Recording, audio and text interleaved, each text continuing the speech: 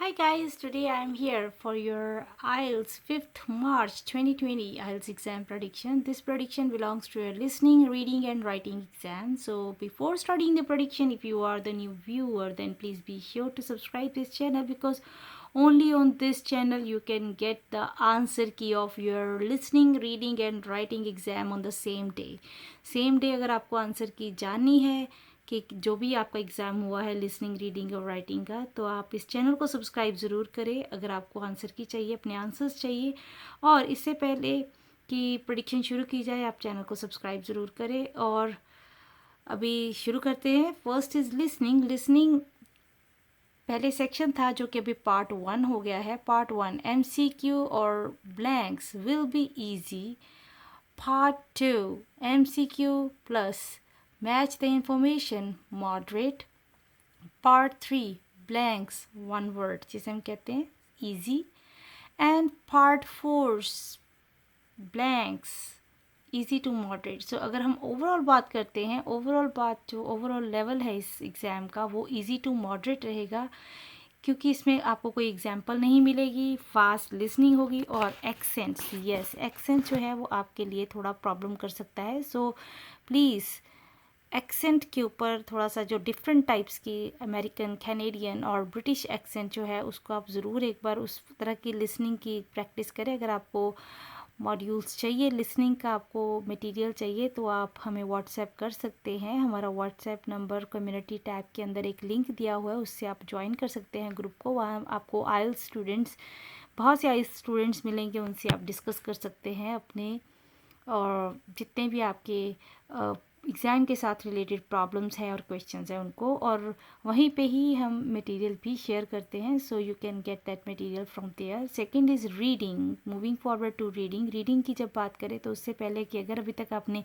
Channel को subscribe नहीं किया है तो ज़रूर कर लें, क्योंकि यहीं पे ही आपको अपने जितने भी क्वेश्चंस हैं उनके आंसर्स मिलेंगे। और अगर आपको कुछ प्रॉब्लम है किसी भी मॉड्यूल के अंदर तो आप यहाँ पे बता सकते हैं, हम डेफिनेटली यहाँ पे आपकी हेल्प करेंगे because we are here only for helping you. ठीक है, तो चलो अभी शुरू करते हैं। पैसेज 1 जो है blanks, one word, true false, not given, easy रहेंगे। सेकेंड पैसेज जो है MCQs plus list of headings, moderate रहेगा आपका।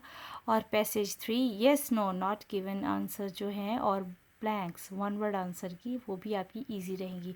सो अगर हम बात करें इसके लेवल की तो इजी टू मॉडरेट रहेगा। सो प्लीज़ प्रैक्टिस करें, ज़्यादा से ज़्यादा प्रैक्टिस करें, जितनी हो सकती है प्रैक्टिस करें। If you need other help then please write down in the comment section, we will definitely reply you और हेल्प यू।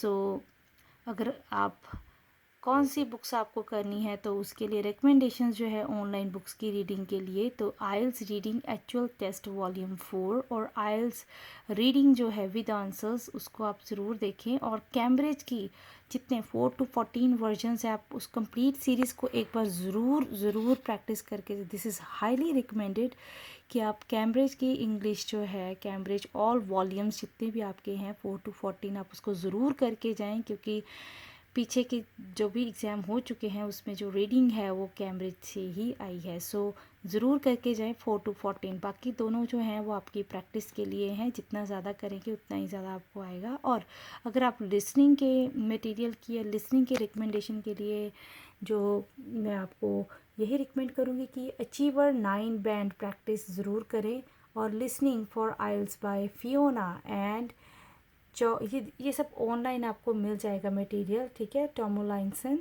तो नेक्स्ट है आपका बेसिक आइल्स लिसनिंग और कैम्ब्रिज, यहाँ पे भी 4 to 14 लिसनिंग की जो है आप अच्छे से प्रैक्टिस करके जाएं, आपको डेफिनेटली लिसनिंग में कोई प्रॉब्लम नहीं आएगी। जितना हो सकता है आप प्रैक्टिस करें लिसनिंग की, कैम्ब्रिज बुक्स की, हाईली रिकमेंडेड। ठीक है, तो ये दो जो है रीडिंग और जो लिसनिंग है आप यहाँ की ज़रूर करके जाएँ पूरी की पूरी।